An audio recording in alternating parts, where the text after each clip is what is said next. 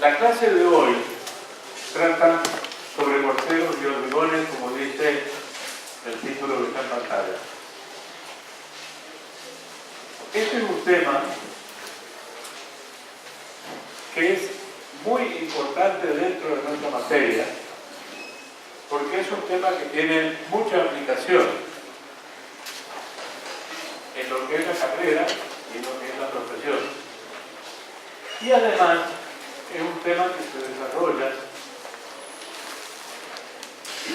con la amplitud que nosotros lo desarrollamos solamente en esta materia. Después, en la estructura, van a ver algunas cuestiones relacionadas al hormigón, pero que ya son casos muy particulares, la generalidad. Entonces, el tema se da en esta materia. Y por razones de contenido de la materia y del programa, teníamos previsto desarrollar las dos clases, pero con los problemas que hubo, con los días de lluvia y los atrasos, por distintos motivos, tenemos que comprimir el tema y desarrollarlo en una sola clase. Desde ya les digo que es un tema muy importante, porque interviene en todos los trabajos que se hacen a partir de ahora. O sea, todos los trabajos prácticos que van a hacer ustedes a partir de ahora van a aplicar conocimientos que se desarrollan hoy. También es un tema muy importante porque estos dos materiales son materiales de uso muy común en lo que es la construcción tradicional. ¿De qué estamos hablando cuando hablamos de morteros y hormigones? Hablamos de todas esas mezclas que se preparan para diferentes fines como ser.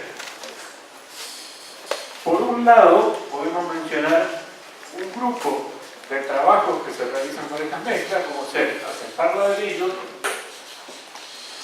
revocar las paredes, asentar mosaicos, revocar pilotazos. En todas esas tareas, ustedes van a notar que la característica es que son trabajos en los cuales se aplica material en espesores no mayor de 2 a 3 centímetros. Todo ese grupo de mezclas que se usan para estos trabajos son los que se denominan morteros.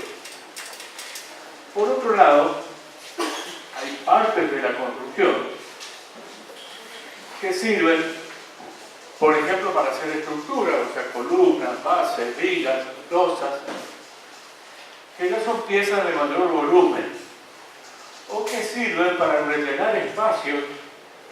Ya van a ir viendo más adelante a qué me refiero, pero cuando hay desniveles, por ejemplo, hay que rellenar para emparejar, entonces necesitamos volumen. Entonces ahí hablamos de hormigón. O sea, la característica que diferencia la aplicación entre el mortero y el hormigón está más que nada en el uso. Ahora, ¿cuál es la diferencia técnicamente? Técnicamente la diferencia está en la composición, en los materiales que componen a uno y los materiales que componen a otro.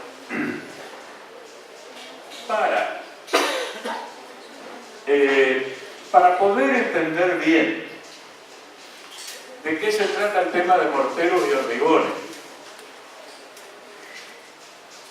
cómo se comportan, cuáles son las propiedades y qué usos tienen, o sea, qué usos se les puede dar, primero vamos a hablar de los componentes, porque cada componente que se utilice le va a conferir, o sea, le va a otorgar determinadas propiedades. Entonces, conociendo bien cuáles son los componentes, conociendo bien cómo actúan los componentes, después vamos a entender cómo se comportan los morteros y los hormigones. Cómo se comportan, para qué sirven, qué propiedades tienen, etc. Entonces vamos a arrancar con esta parte. Bueno, acá un poco repitiendo lo que ya dije, son mezclas que se utilizan en la construcción para fabricar partes de una obra, como ser una viga, una columna, etc. O para colocar piezas de otros materiales. Por ejemplo, colocar un mosaico, colocar un revestimiento en una pared, etc. Los componentes de los morteros y los hormigones son básicamente tres: aglomerantes, inertes y agua. A su vez, los aglomerantes se dividen, los principales, en cemento, calles y yeso. Los inertes, en inertes finos, inertes gruesos e inertes livianos. Y por otro lado, el agua. Cuando hablamos de mortero, vamos a ver que la composición está dada por uno o más aglomerantes, porque podemos mezclar a veces aglomerantes. ¿Para qué mezclarlo? Para ir consiguiendo las propiedades que nosotros necesitamos que tenga ese mortero. Los hormigones están compuestos por aglomerantes, inertes finos, inertes gruesos y agua. ¿Cuál es la diferencia? Que el hormigón contiene inertes gruesos. Hasta ahí podemos conceptualmente establecer la diferencia entre un mortero y un hormigón.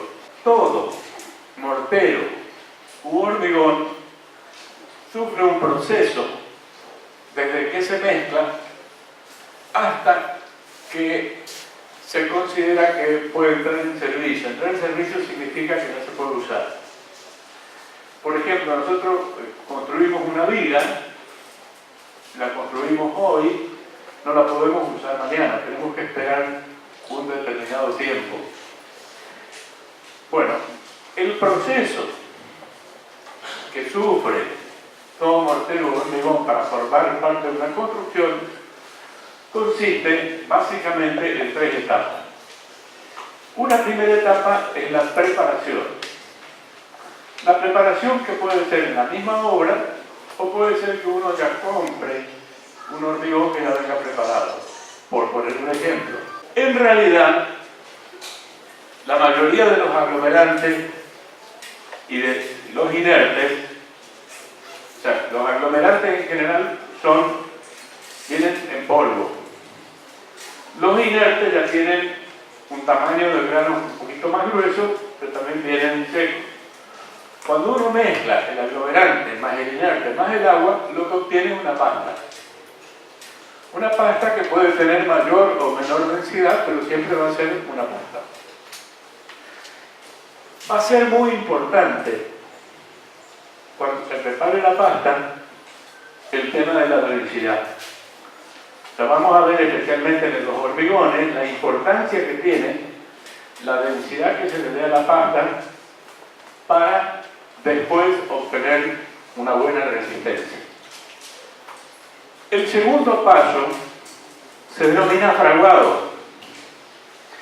El fraguado es el cambio del estado pastoso al estado sólido. Es decir, nosotros preparamos un mortero o un hormigón, lo volcamos a un molde. En ese momento, en el momento de volcarlo, tiene que ser todavía una pasta. O sea, no podemos esperar demasiado tiempo. Ahora vamos a ver, de acuerdo al tipo de aglomerante, el tiempo va a variar. Una vez que lo volcamos en el molde, en cuestión de un determinado tiempo que va desde minutos hasta horas, según también el tipo de aglomerante, esa pasta se convierte en un sólido.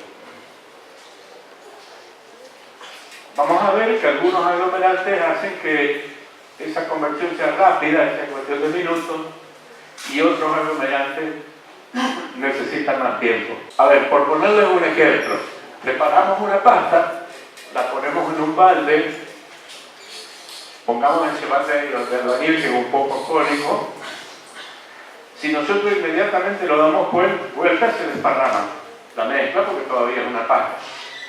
Ahora, si la dejamos durante 3 o 4 horas o 5 horas y damos vuelta el balde y sacamos la mezcla del balde, o sea, levantamos el balde y la mezcla queda, vamos a ver que ya adquirió la forma del balde y la mantiene, o sea, ya se convirtió en un sólido. Bueno, eso es el fraguado. Ahora, si hacemos ese proceso y con la mayoría de las mezclas, inmediatamente, o sea, yo esta mañana a las 11 de la mañana preparé la mezcla, la puse en el balde, vine ahora a las 3 de la tarde, la saqué del molde, quedó el molde, digamos así, quedó el volumen de mortero o hormigón que había preparado con la forma del balde y lo pongo ahí al frente y me paro arriba. Si yo me paro arriba, cuando eso terminó de fraguar o terminó de convertirse en un sólido, lo más probable es que se rompa. ¿Por qué? Porque todavía no adquirió resistencia. En cambio, si lo dejo transcurrir unos cuantos días, eso va adquiriendo resistencia, la resistencia del material va aumentando. Hay que tomar ciertas precauciones que ya las vamos a explicar, y eso hace que el material pueda adquirir, en algunos casos, suficiente resistencia como para construir una columna, una viga como la que tienen acá arriba, una losa o cualquier parte de una estructura. Una cosa es el fraguado y otra cosa es el endurecimiento. El fraguado, repito porque es un concepto muy básico, es el cambio de estado de pasta a sólido. El endurecimiento es el aumento de la resistencia. Por eso ustedes van a ver en la obra que cuando se carga, por ejemplo, una viga, se deja el encofrado se llama al molde que sostiene la viga, se la deja durante varios días. ¿Cuánto? Bueno, el arquitecto tiene que saber, porque él va a dar la indicación, ahora podés desencofrar, o sea, desmoldar. ¿De qué va a depender? Va a depender del tipo de material que se utilice, y tiene que quedar más días o menos días. Repasando un poquito, el concepto de resistencia, ustedes ya lo tienen. Hemos visto, ¿qué significó la resistencia?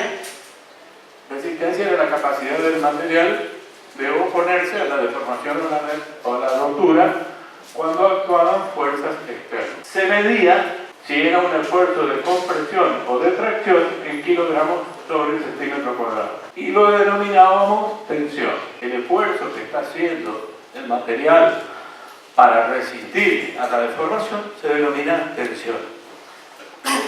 Un concepto que quiero repasarlo para que quede bien claro y lo puedan asociar al tema que vamos a dar ahora. Ahora sí ya entramos específicamente en los componentes. Primero los aglomerantes. Dijimos que los aglomerantes eran cales, cementos y yesos. ¿Cuál es la función del aglomerante? La función de los aglomerantes es aglutinar todas las partículas. Y yo volvería un poquito atrás y les diría cuál es la función de los tres componentes, para que ya la asocien y ya tengan una idea un poquito más clara. Decíamos que los morteros y hormigones eran una mezcla de aglomerantes, inertes y agua. Entonces vamos a identificar primero las funciones generales para ver cómo se asocian. La función de los aglomerantes es aglutinar todas las partículas, es decir, unirlas y mantenerlas unidas. La función del inerte va a ser doble, o sea, va a cumplir una doble función. Una tecnológica, que va a ser evitar la contracción de los morteros y hormigones, y otra económica, que es reducir el costo de un volumen de mezcla. Y por último, el agua. ¿Cuál es la función del agua? Bueno, analicemos los dos primeros. Desde el punto de vista químico, los aglomerantes son todos inestables. O sea, cuando lo mezclamos con el agua, se produce una reacción química que cambia su estado. O sea, cualquiera de los aglomerantes, antes de ser utilizado con polvo, cuando se lo mezcla con el agua en una pasta, y después de fraguar, se convierte en un sólido. O sea que hay una reacción química que se produce entre el aglomerante y el agua que hace que el aglomerante cambie de estado. Por eso decimos que químicamente es inestable. Por el contrario, los inertes, que les adelanto un poquito, son las piedras, las arenas, etc., son químicamente estables. O sea, la mezclamos con agua, por ejemplo la arena o la piedra, dejamos que el agua se evapore y el material vuelve a su estado original. Ahora sí vamos a los aglomerantes. Entonces estamos en este punto. ¿Cuál es el material que hace que se vinculen, que se mantengan unidas todas las partículas de los inertes? El aglomerante. Los tipos de aglomerantes, como le dijimos, cementos, cales y yeso. Vamos a empezar por las cales. Las cales son productos que se fabrican a partir de una piedra, que es piedra calcárea o también denominada piedra caliza, que puede contener algún porcentaje de arcilla, o que generalmente contiene. Según el porcentaje de arcilla que contenga en su composición, las cales se van a diferenciar en cales aéreas y cales hidráulicas. ¿Por qué? Porque el porcentaje de arcilla cambia una de las propiedades de las cales que está relacionada al fraguado. Termino el concepto y después vamos a ver el proceso. Les decía, una de las propiedades del fraguado diferencia las cales aéreas de las cales hidráulicas según el porcentaje de arcilla, y es lo que divide las cales aéreas y cales hidráulicas. Vamos a definir como cal aérea a todas aquellas cales que tienen un porcentaje de arcilla más bajo en su composición. ¿Cuál es la característica que las distingue?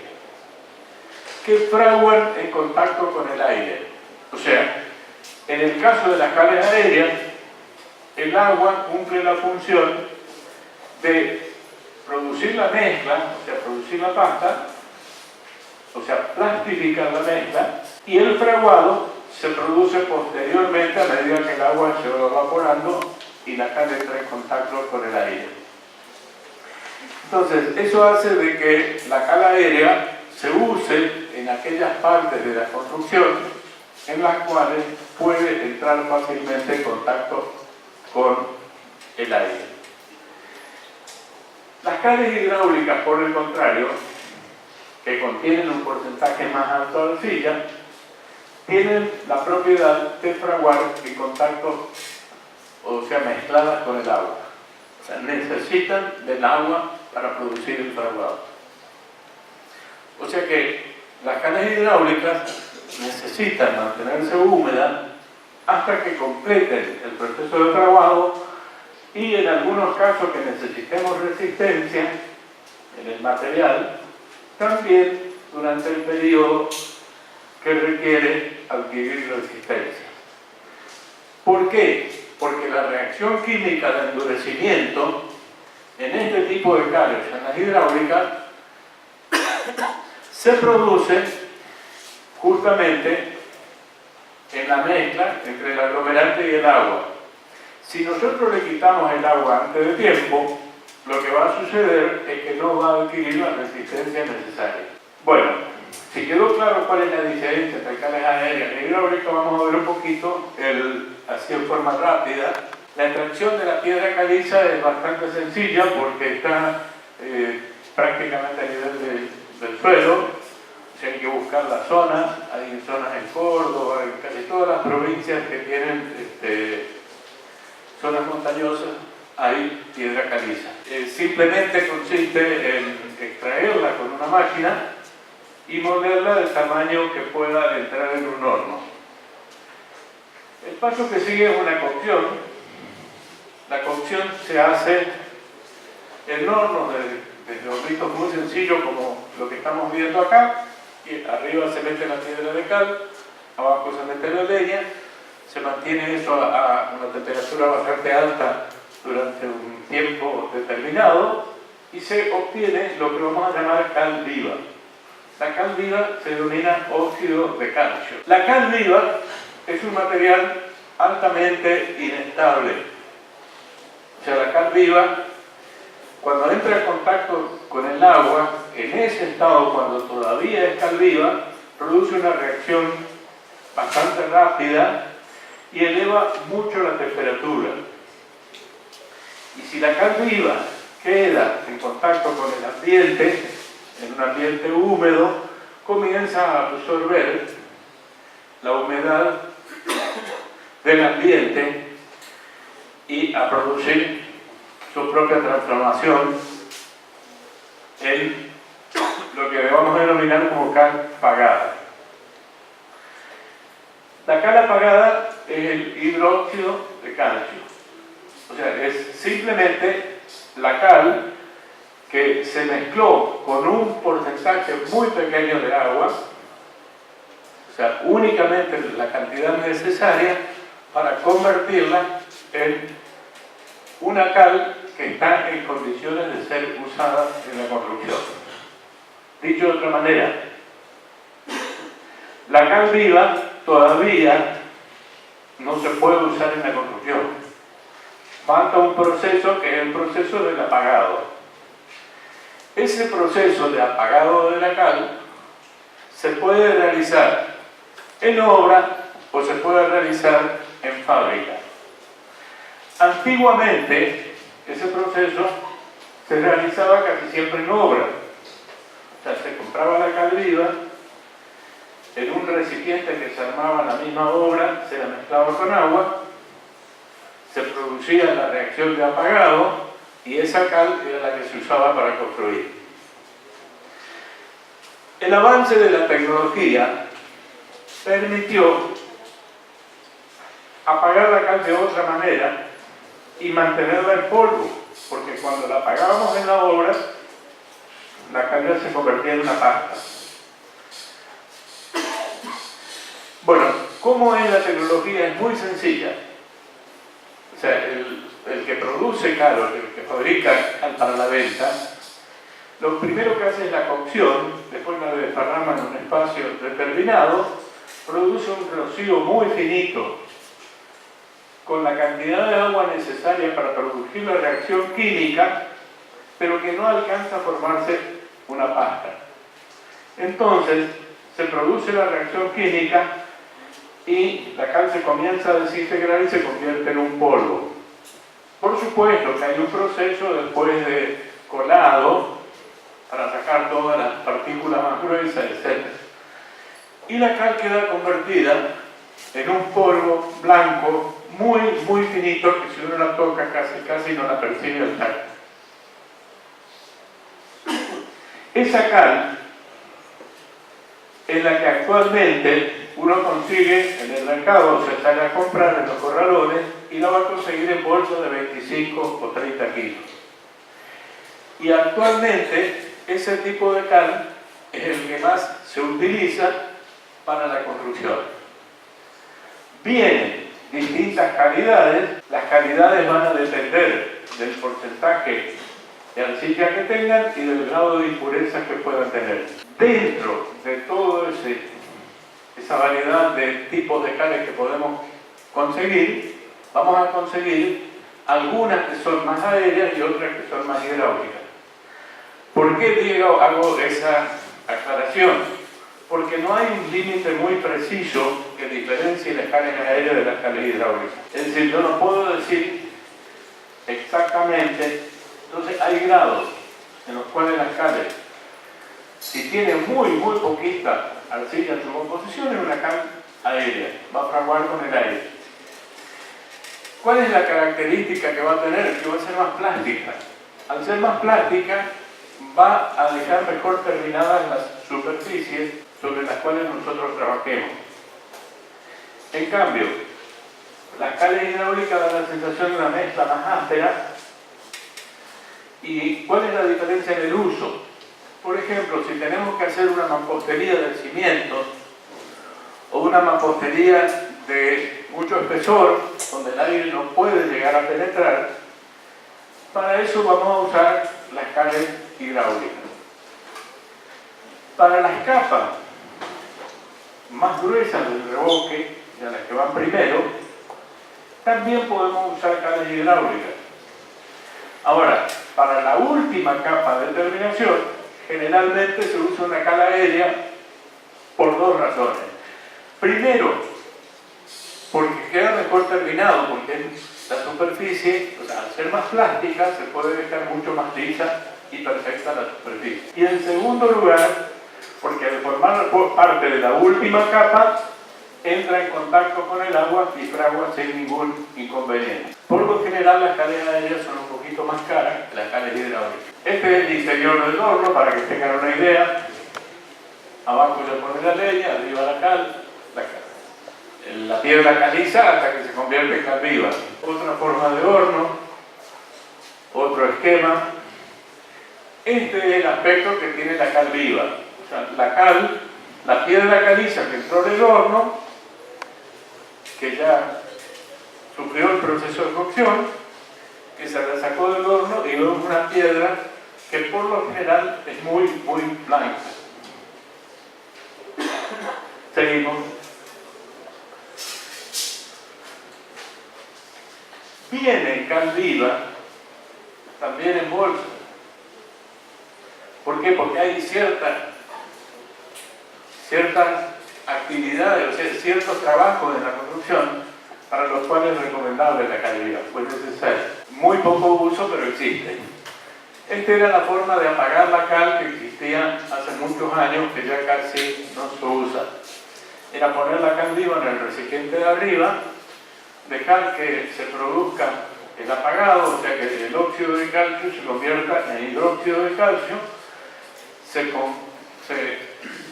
convertía en una pasta y esa pasta se volcaba en un recipiente que por lo general era un pozo en el suelo. Y ese recipiente se mantenía cubierto de agua porque ese tipo de cal respondía siempre a las cales aéreas. Entonces, manteniéndola con agua, no entraba en contacto con el aire y no podía trabajar. Hablo en tiempo pasado porque este es un método que ya se está dejando de usar. Es muy poco frecuente encontrar en una obra este tipo de trabajo. ¿Por qué? Bueno, porque es mucho más fácil ya comprar la cal en bolsa, uno directamente la mezcla y la utiliza. Bueno, ahí está cómo queda la cal después de apagada en el proceso que acabamos de mostrar. Seguimos. Cuando la cal se apaga en fábrica, recibe o se denomina como cal hidratada en polvo. No hay que confundir hidratado con hidráulico. Le digo porque en los exámenes es bastante frecuente que confundan los términos. Hidráulico quiere decir que fragua en contacto con el agua, pero mezclada con el agua. Hidratada quiere decir que es la cal que viene en polvo, que ya está apagada. Hidratada significa que pasó de ser óxido de calcio a ser hidróxido de calcio, ya que ya está en condiciones de ser usada. Este es el aspecto que tiene la cal cuando nosotros abrimos la bolsa. Seguimos.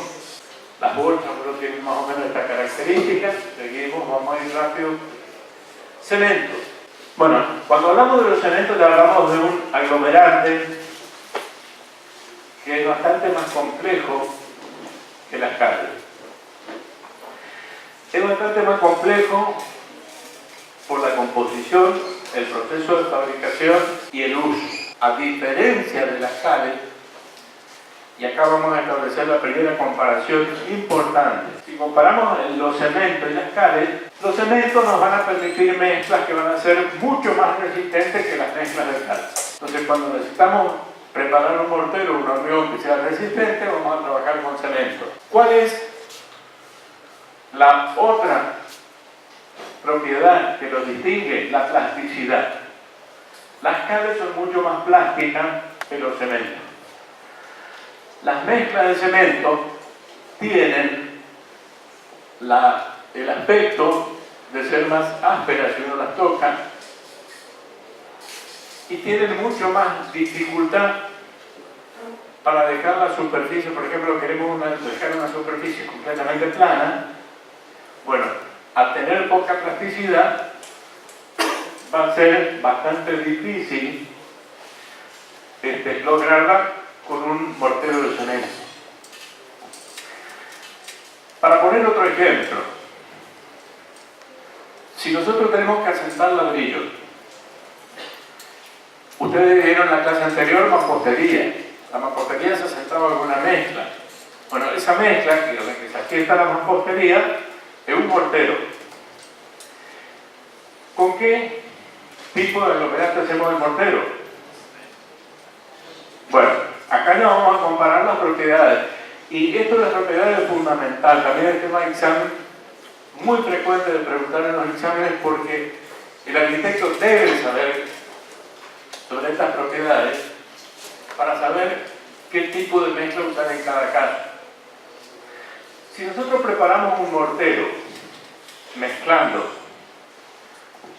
o utilizando como aglomerante la cal, vamos a obtener un mortero muy plástico, pero poco resistente. Entonces, si levantamos una pared con ese material, la colocación de los ladrillos va a ser fácil, porque al ser más plástico, el albañil trabaja más rápido, si mezcla más rápido en el balde, coloca más rápido con la cuchara entre hilada y hilada, acomoda los ladrillos más rápido. Si tenemos que poner un piso, también va a ser mucho más fácil hacerlo con un mortero de cal. ¿Por qué? Porque colocamos el mosaico y lo nivelamos más fácil, porque al ser más plástico el mortero nos permite, golpeando en la punta del mosaico, acomodarlo hasta que quede perfectamente horizontal. Pero ¿cuál es el problema? Tiene poca resistencia. Ahora, ¿qué pasa si hacemos un mortero exclusivamente con cemento? Lo que vamos a obtener es un mortero mucho más resistente, pero más difícil de trabajar. Aparte, por lo general, va a ser un poco más caro, porque el precio del cemento, generalmente, digo generalmente porque con los cambios que hay en la economía a veces las cosas se distorsionan. Pero generalmente los morteros de cemento son más caros que los morteros de cal. Entonces, si asentamos los ladrillos con mortero de cemento, vamos a obtener una pared mucho más resistente, pero el albañil va a tener más dificultad para acomodar los ladrillos. Y aparte, hay otra propiedad de la cual todavía no hablé, que es la rigidez. O sea, el mortero de cemento es mucho más rígido que el mortero de cal. O sea, se va a fisurar con mayor facilidad. Entonces, estamos entre los dos extremos. ¿Qué pasa si queremos poner mosaicos con un mortero de cemento? Se va a hacer muy difícil nivelarlo, porque al no ser plástico, al tener muy poca plasticidad, dificulta mucho, dificulta mucho poder nivelarlo. Entonces acá va a empezar a aparecer los morteros, como decíamos hoy. En los morteros hay, en la definición decía, uno o más aglomerantes, uno o más inertes. En los morteros podemos mezclar, en los hormigones también, aunque se hace menos. Pero principalmente en los morteros podemos mezclar los tipos de aglomerantes. Y si nosotros mezclamos un poco de cemento con un poco de cal, o sea, en vez de poner cemento mezclado con los inertes y con el agua, ponemos un poco de cemento, un poco de cal, en proporciones que tienen que estar bien establecidas, podemos modificar y lograr situaciones intermedias. Si a un mortero de cemento le agregamos cal, vamos a quitarle un poquito de resistencia, pero vamos a aumentar la plasticidad.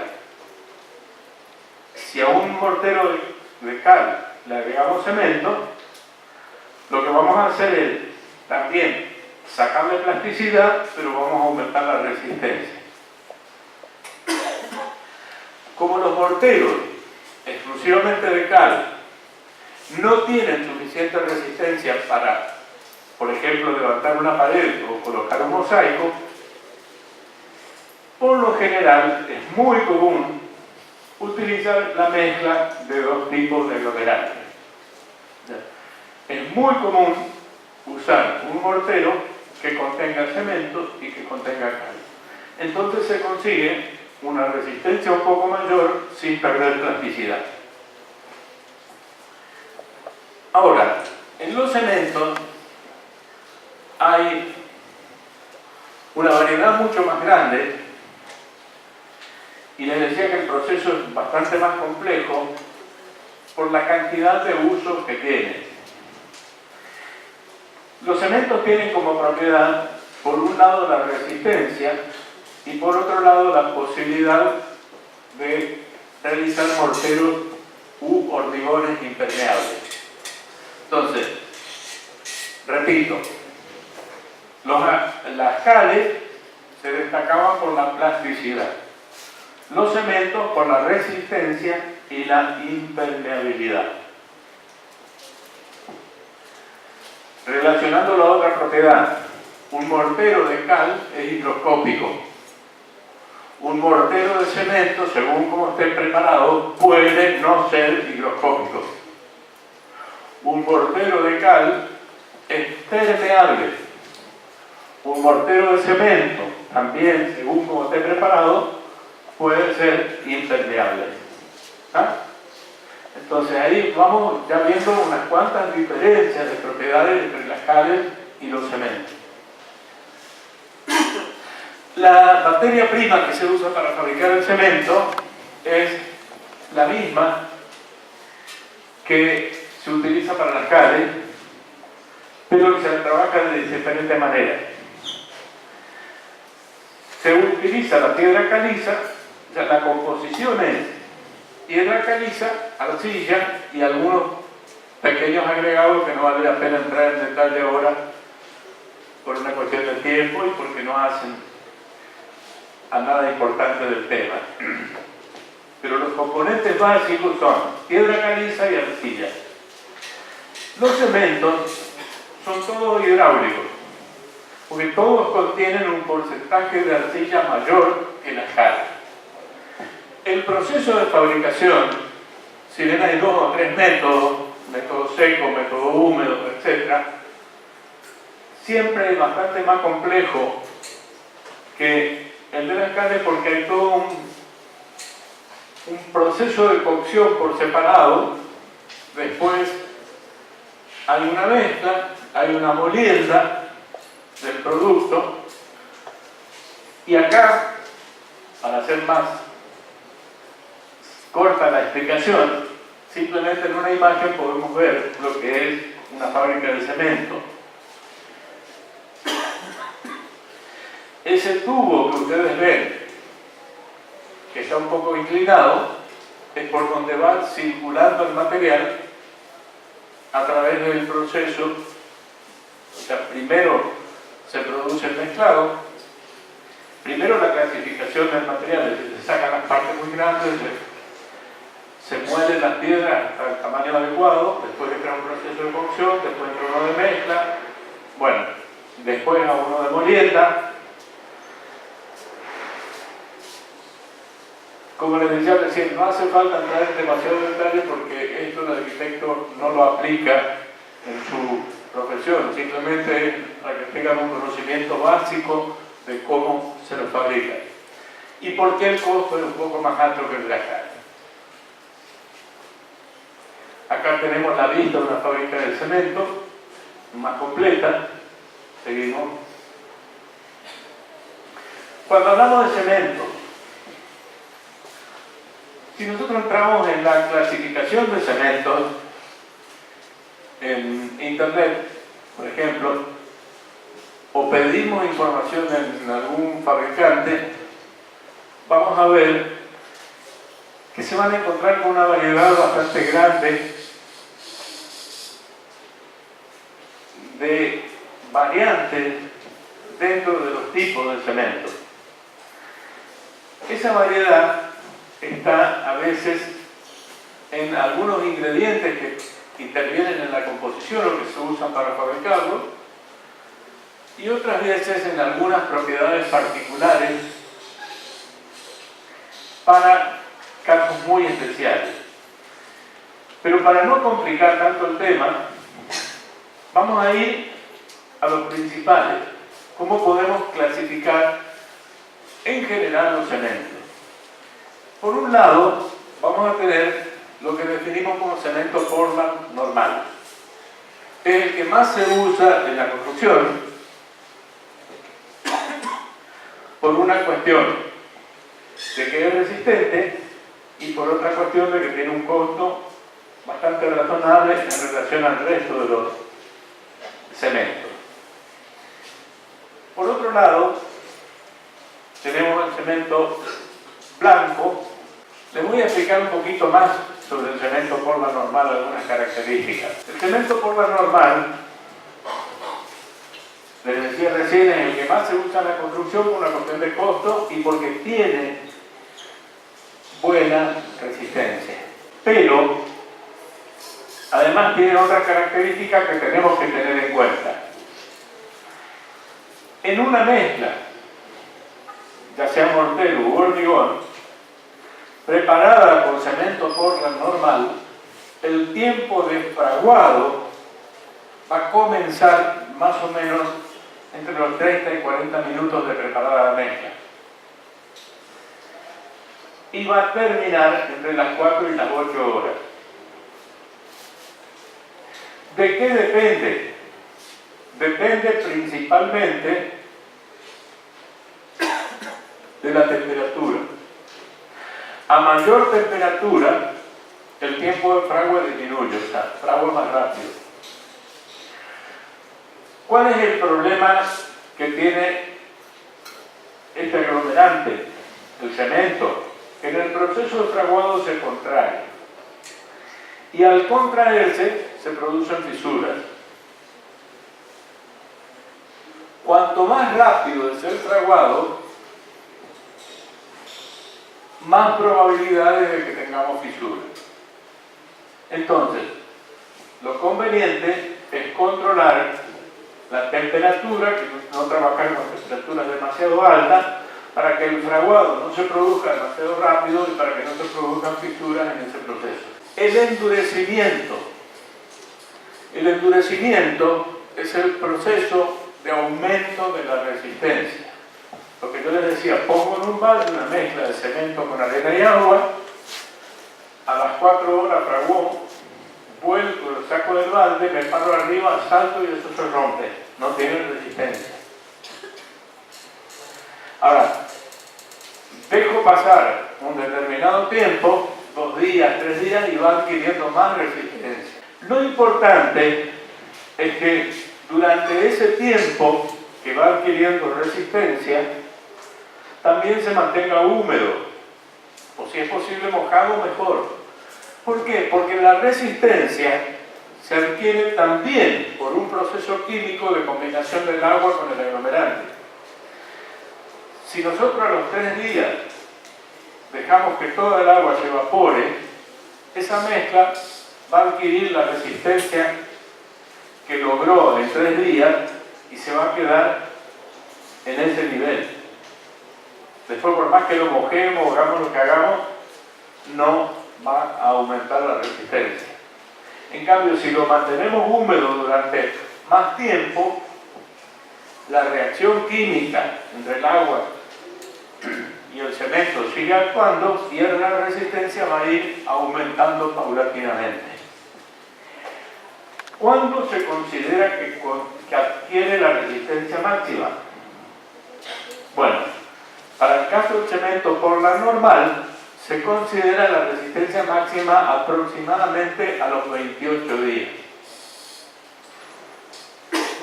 O sea, preparamos la mezcla, la volcamos en el molde, entre los 45 minutos y las 6 o 7 o 8 horas se produjo el fraguado. Tenemos que tener cuidado de no mover el molde en ese momento, porque si nosotros movemos el molde y se fisura, esa fisura queda. A partir de ahí comienza el proceso de endurecimiento.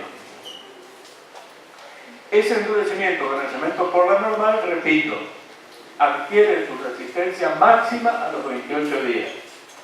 Por eso que ustedes van a ver en la obra que cuando se hacen vigas de hormigón o losas o columnas, principalmente vigas y losas, se prepara el molde, se vuelca el hormigón y se deja por lo menos 2 o 3 semanas.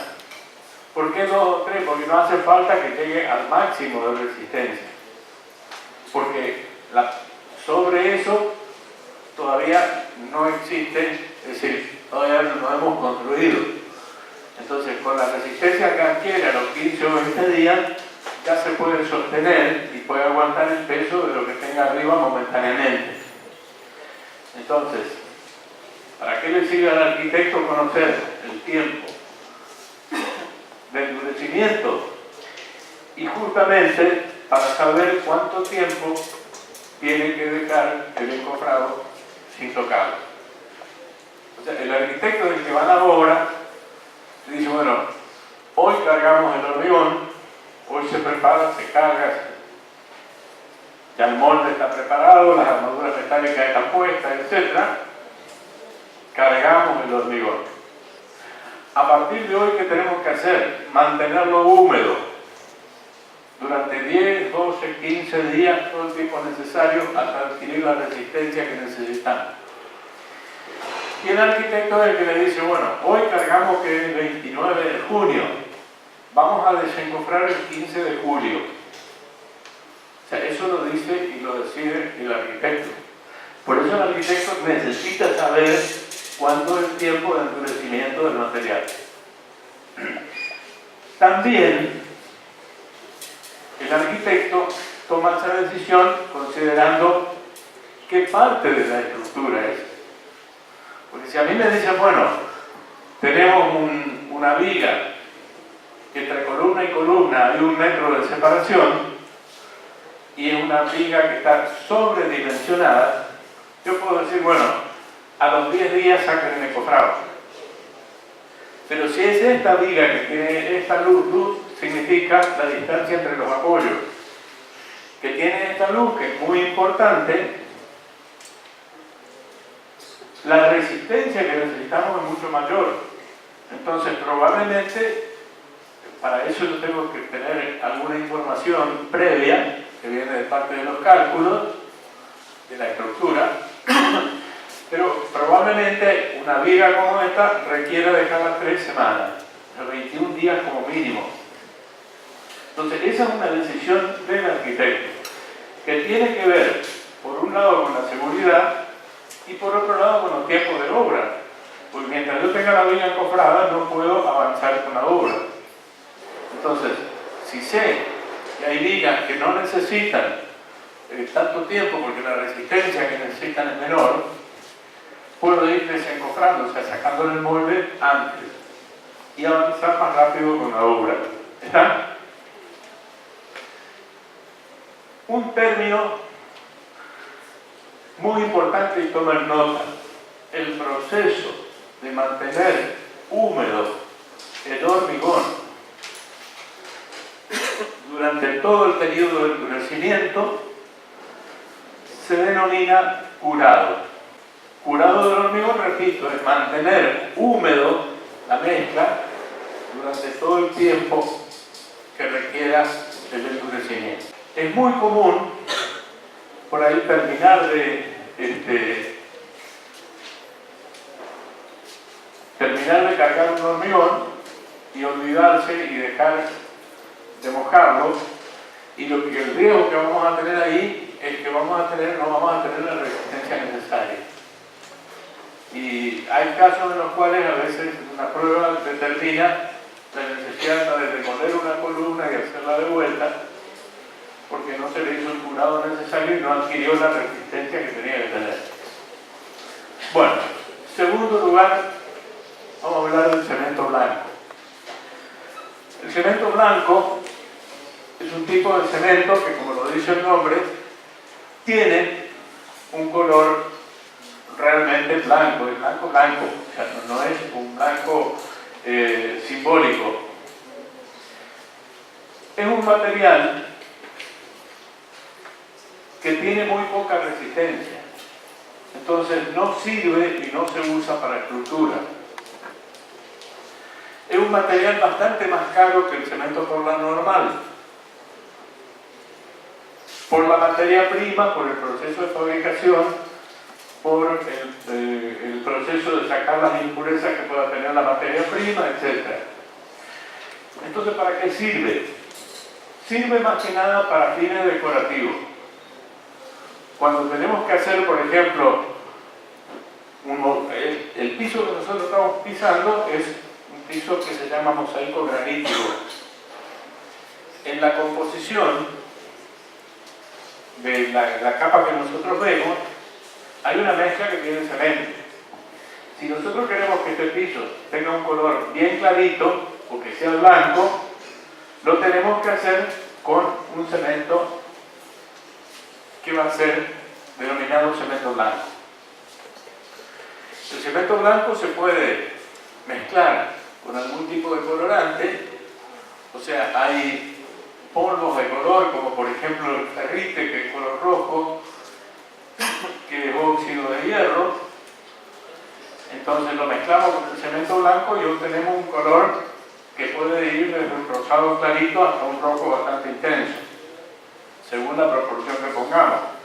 Pero con otros tipos de colorantes, o sea, hay polvos que son óxidos de otros metales que permiten obtener otros colores: amarillos, verdes, azules, rojos. Bueno, rojo dije recién. Se usan de la misma manera. Entonces, con cemento blanco mezclado con estos polvos para darle color, podemos obtener morteros, principalmente morteros, hormigones muy poco porque por los costos y los volúmenes saldría demasiado caro. Por lo general, morteros que nos permitan una coloración en la terminación con fines más que nada estéticos. Entonces, ¿para qué se lo usa? Para fabricación de mosaicos graníticos, mesadas de cocina, mesadas de baño, bueno, hay un montón, pero casi siempre vinculadas a cuestiones decorativas. Cementos especiales.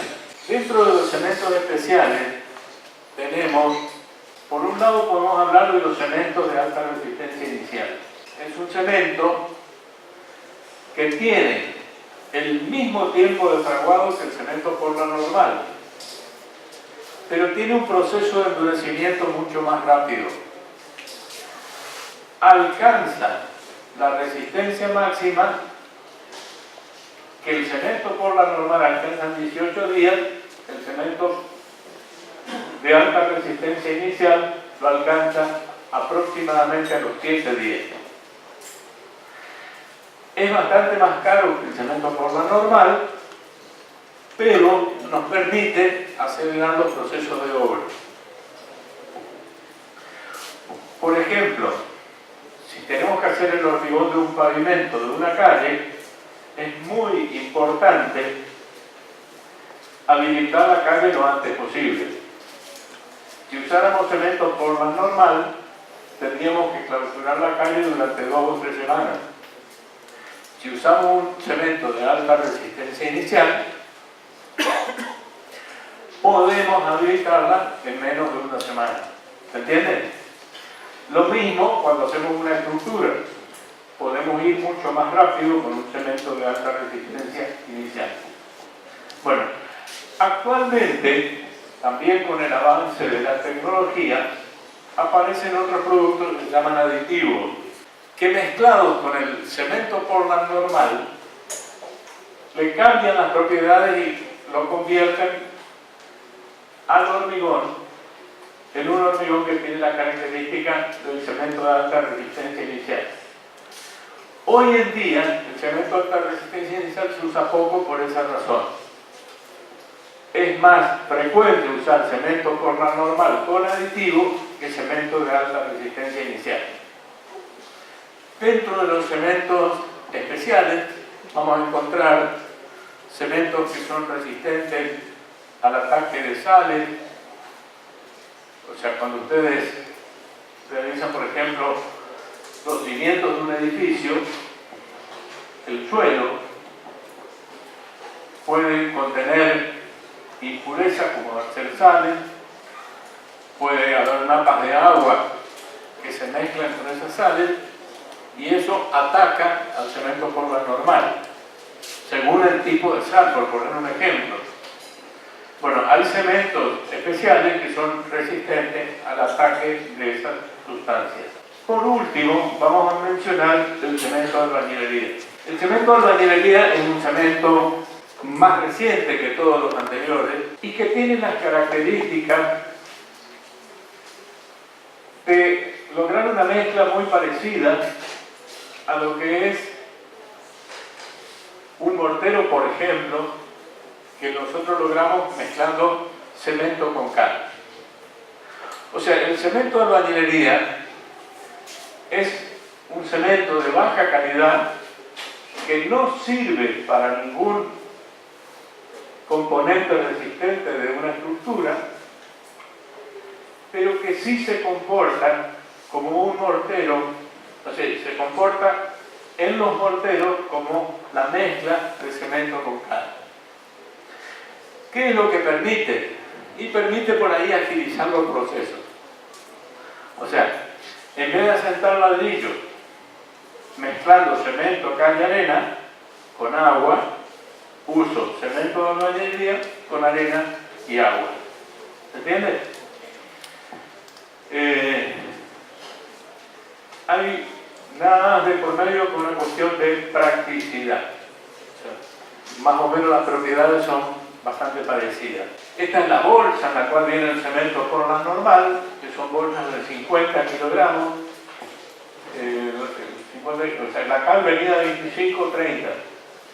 El cemento siempre viene en 50, ya está estandarizado y esa unidad en cualquier parte del país va a ser siempre la misma. Ahí vemos cómo se estiva el cemento, o sea, cómo se apilan las bolsas de cemento. Se pone una tarima abajo para que no entre en contacto con el suelo, porque si no toma la humedad del suelo y fragua dentro de la bolsa. Es muy importante que esté en un lugar seco. Es muy importante que, por ejemplo, en invierno, si está en un techo metálico, taparlo con un plástico para que la condensación de la chapa no gotee encima de la bolsa, porque también se mezcla el agua. O sea que es muy importante tener cuidado con el cemento cuando se lo guarda en la obra. Cuando ustedes van a hablar de un tema, es decir, lo van a utilizar para algún hormigón, para estructura, lo ideal es que el cemento no tenga más de 15 a 20 días desde el día que se terminó de fabricar. Por lo general, el que vende cemento está permanentemente vendiendo, o sea, se fabrica, acá una fábrica está en Córdoba, otra está en Salta o Jujuy, por ahí en Salta creo que a los 2 o 3 días de fabricado el cemento ya está acá a la venta. Repito, si lo vamos a usar para una estructura, lo más importante es usarlo pronto, no más de 15 a 20 días. No podemos comprar 200 bolsas de cemento y guardarlas 3 meses en la obra. No, porque se va a comenzar a mezclar el material con el aire, vimos que contiene agua en forma de vapor.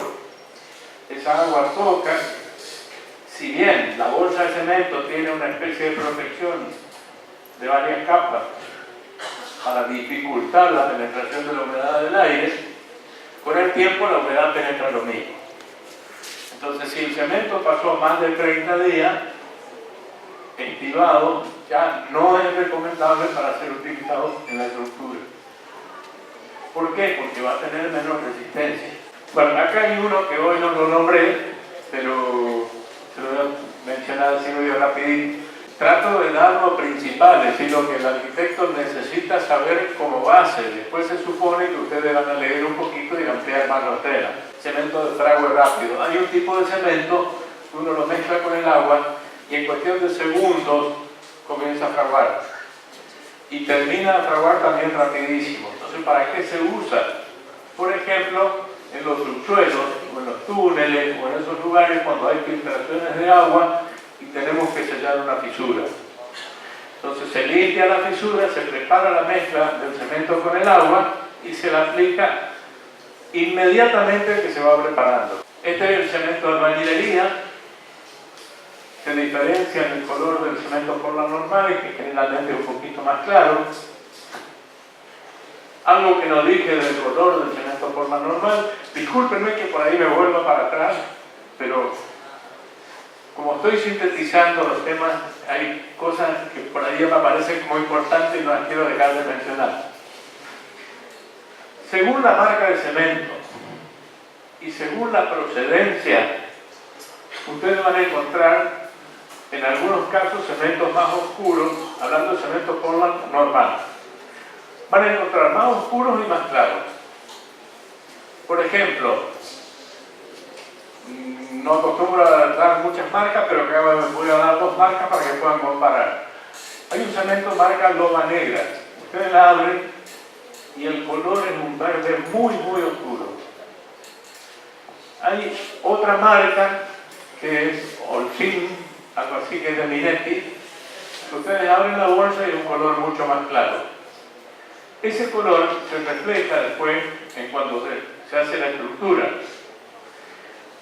Y el cliente tiene la idea siempre de que cuando es más oscuro es más resistente. Y eso no es cierto. La calidad del cemento no tiene nada que ver con el color.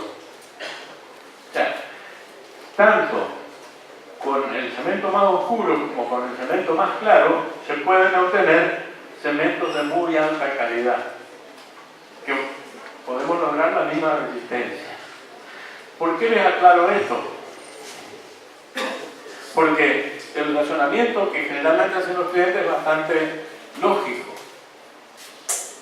O sea, pareciera ser lógico.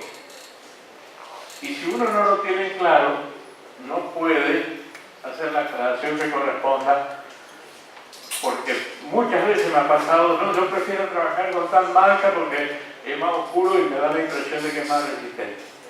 Y no es así. Bueno, acá tenemos más o menos la coloración que tiene un cemento que es medianamente claro. Seguimos. Cemento albañilería, vienen bolsas de 40 kilos. Y ahora vamos a los yesos. Los cementos y las cales, en el proceso de fraguado, sufren contracción. Ustedes vieron cuando hacen una bolita de arcilla y la dejan secar en el sol, cómo se fisura. O vieron cuando se seca una laguna, cómo se empiezan a formar esas fisuras en el piso. ¿Qué es lo que ocurre?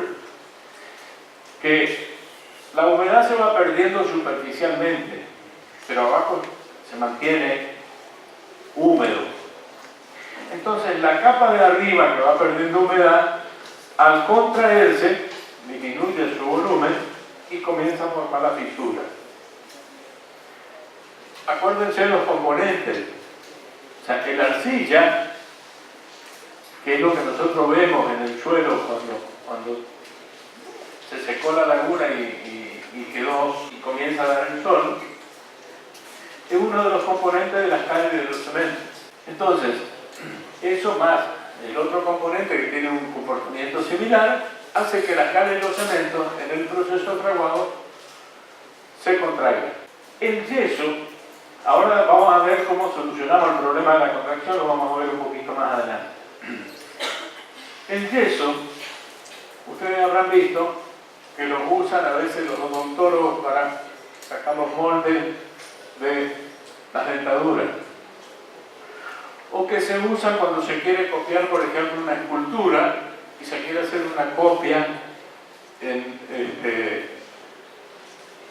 lo más fiel posible al original. ¿Por qué? Porque el yeso tiene dos características que lo hacen muy diferente de las cales y los cementos. Primero, que no se contraen en el proceso de fraguado. Nosotros volcamos una cierta cantidad de pasta de yeso en un balde y tal como lo volcamos, termina de fraguar y mantiene exactamente la forma del balde.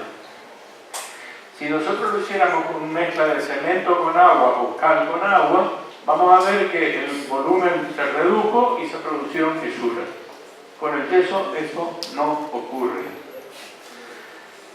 La segunda propiedad del yeso es que el yeso es un material altamente plástico, tiene muchísima plasticidad. Por eso se lo usa más que nada para terminaciones.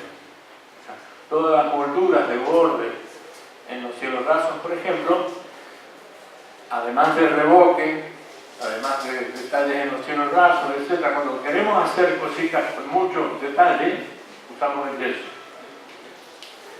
¿Por qué? Porque esa plasticidad que tiene nos permite dar forma, aparte como no se contrae, esa forma se mantiene. Entonces, propiedades del yeso, básicamente dos: no se contrae en el proceso de fraguado y tiene muy alta plasticidad.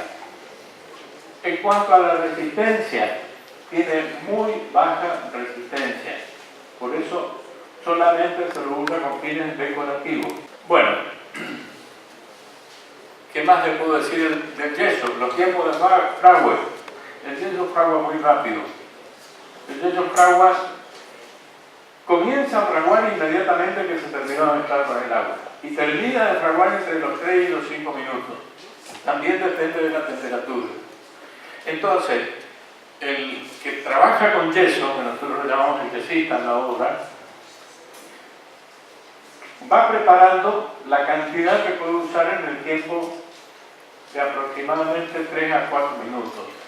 Es decir, agarra una bolsa de yeso, prepara más o menos un cuarto de bolsa en un recipiente que ya tiene, generalmente trabaja con un ayudante. Entonces, el ayudante va preparando, inmediatamente termina la preparación, el oficial la va aplicando. Si es una moldura, aplica la cantidad de material necesaria y pasa al molde antes de los 5 minutos. O sea, tiene que ir continuamente preparando y colocando. Entonces, una diferencia muy, muy importante entre lo que eran los cementos y las cales y los yesos. Dentro de los yesos, yeso blanco y yeso negro. La única diferencia está en la calidad del material. El yeso blanco es un material más puro, o sea, la materia prima se le ha quitado, se la ha seleccionado mejor, se le ha sacado más las impurezas y se obtiene un material completamente blanco. El yeso negro, por el contrario, contiene mayor cantidad de impurezas y puede tener un color tirando a gris clarito. ¿Para qué existen los dos tipos? Porque en las zonas que se usa mucho el yeso, se usa el yeso negro para toda la parte más gruesa del revoque que queda oculta.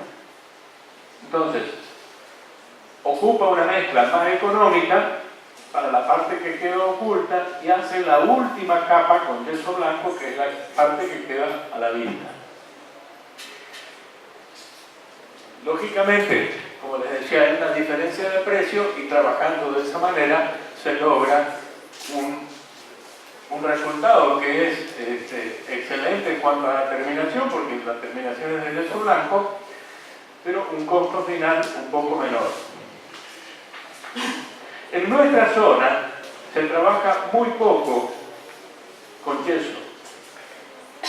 Actualmente, con nuevas tecnologías que vemos, vienen placas de yeso, pero ya prefabricadas, etcétera, que son temas que van a ver más adelante. Pero el yeso usado como aglomerante se usa bastante poco. Por distintas razones, es decir, por un lado, por una cuestión de costo, y por otro lado, por una cuestión de lo que pueden ser costumbres regionales. O sea, no hay suficiente cantidad de gente preparada para este tipo de trabajo. Entonces, lo que normalmente se hace en nuestra zona cuando se quiere hacer una terminación de yeso es hacer las primeras capas del revoque con un mortero de cal y cemento y hacer la última capa con yeso. De manera que la superficie queda terminada de yeso, pero debajo tiene un mortero de cal y cemento. ¿Sí? Bueno, seguimos. Acá para que tengan una imagen de lo que es el yeso, seguimos. La bolsa de yeso, bueno, no sé si les dije hoy, viene de 40 kilos. Seguimos. Una bolsa abierta. La textura del yeso es más fina que la cal, o sea, si nosotros la tocamos no vamos a percibir ningún grano en la sensibilidad de los dedos, digamos. Seguimos. Este es el recipiente en el cual se prepara la mezcla de yeso. Seguimos. Y este es un ejemplo de lo que se puede lograr con yeso. Imagínense ustedes hacer esto con un mortero de cemento o un mortero de cal, sería prácticamente imposible. ¿Por qué? Por las dos razones que mencioné hoy. Primero, porque ni el cemento ni la cal tienen la plasticidad necesaria para lograr una pieza de este tipo. Y en segundo lugar, porque el efecto de las contracciones probablemente producirían fisuras. Eso sería solucionable, pero más que nada una cuestión de plasticidad. Todas esas molduritas que están hechas ahí arriba, con yeso se puede lograr. Con un mortero de cal o de cemento va a ser muy difícil. Seguimos. Acá tenemos otro ejemplo de terminación de trabajos con yeso. Seguimos. Acá tenemos otro ejemplo